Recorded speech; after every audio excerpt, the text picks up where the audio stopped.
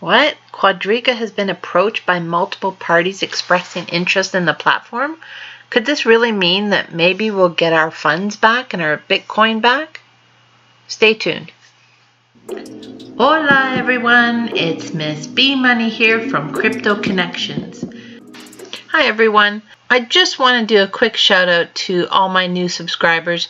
Welcome to the channel. And anyone who is new that hasn't subscribed yet, if you do like this content, please don't forget to hit the subscribe button and the notification bell so that you get a quick notification every time there's a new video up. Thanks, and let's get into it. Today I want to talk about what's going on with Quadriga CX, one of the exchanges and actually the only exchange that I know of in Canada. And as you recall, a few days ago I did a video on the events of Quadriga and how it came to be. But in today's video, I want to talk about additional information that I've come across, which includes an affidavit from the wife of the founder of Quadriga. If you recall from my last video, following the death of the founder of Quadriga, it was discovered that 145 million and possibly more is missing. And here it says that the exchange only has 375,000 Canadian in cash, while it owes over 260 million. And of that, about 200 million to its users. The exchange apparently held most of its assets on cold wallets, which are secured by digital security keys in order to protect them from hacking and theft. But there's been some interesting things that have come out, and that's what I want to get into today.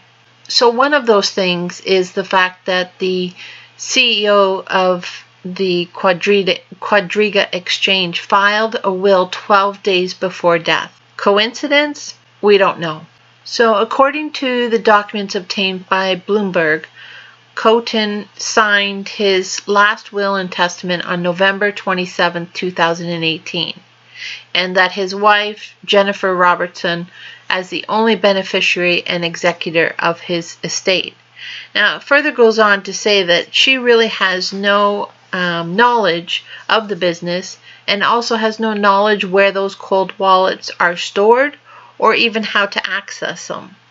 So I have to question this because at the time in November when he's making his last will and testament, you would think he would update his next of kin, or at least his wife, of the importance of those keys and where those cold wallets were stored.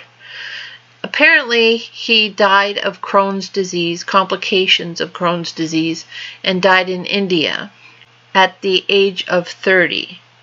Now, none of that really has anything to do with the fact that we have over $200 million of cryptocurrency or fiat on those platforms, and investors want to know what's going to happen with their money. So I started digging a little bit and I came across an affidavit.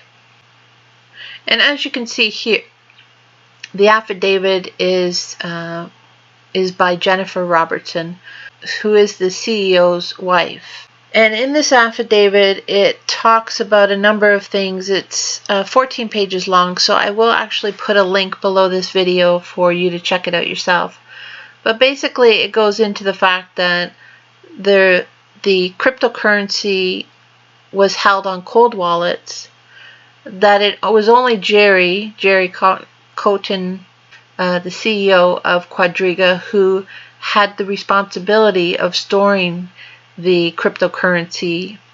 He was the only one who had access to it.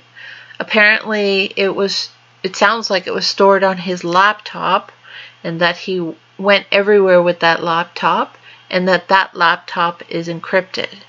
It also goes into saying that they have hired a private investigator who is knowledgeable in cryptocurrency to actually try to hack his computer to gain access to those cold wallets.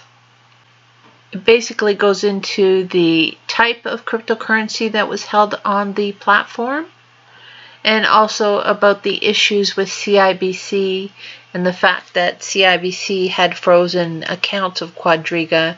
It says that they have no corporate bank accounts. It uses a third party to facilitate any payments of funds, and that's Billerfi.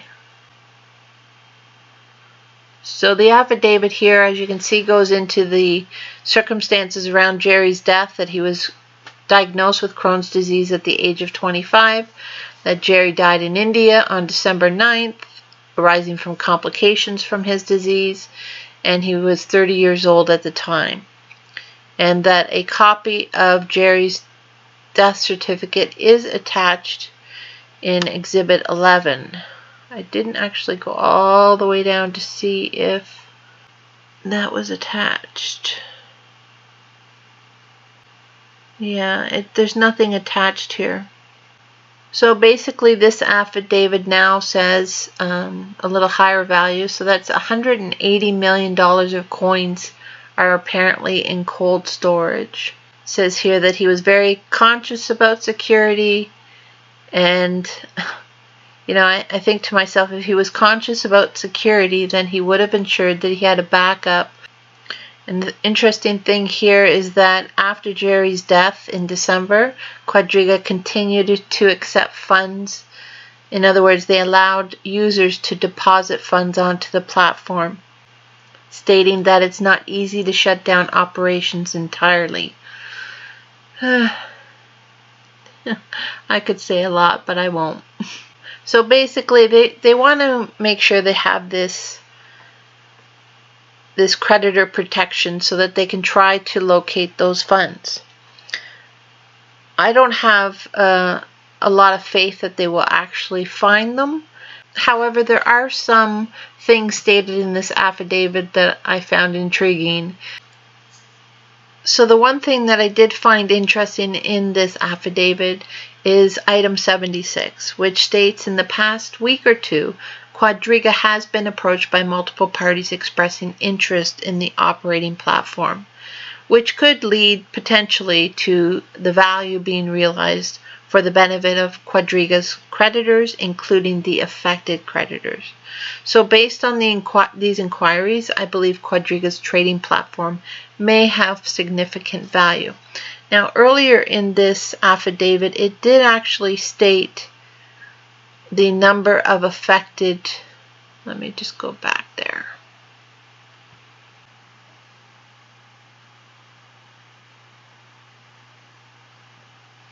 Yeah, so here it says the database basically had 363,000 registered users in the database. And at the time of filing this affidavit, approximately 115,000 users, so-called affected users, had held balances in their personal accounts. And that included me. I used this account for what's called the core number trading. So not really a lot new, but I just wanted to jump on here quickly and give an update of what I had found, especially that affidavit. And like I said, I'm going to leave a link below, so anyone who wants to read it in length, it'll be there for your reading pleasure, so to speak. And if anyone knows anything else and has heard anything else, please share it in the comments below. And before I go, I'm just going to do something new. And it's basically a poll that I'm going to just add to the video right up in the top right hand corner. And if you can just click on that when it shows up, which should be in a few seconds, and say yes or no to this question. Basically, I want to know how many of my subscribers are in Canada, and that will determine how many more videos I will do on this. Stay safe, everyone, and until next time, hasta luego.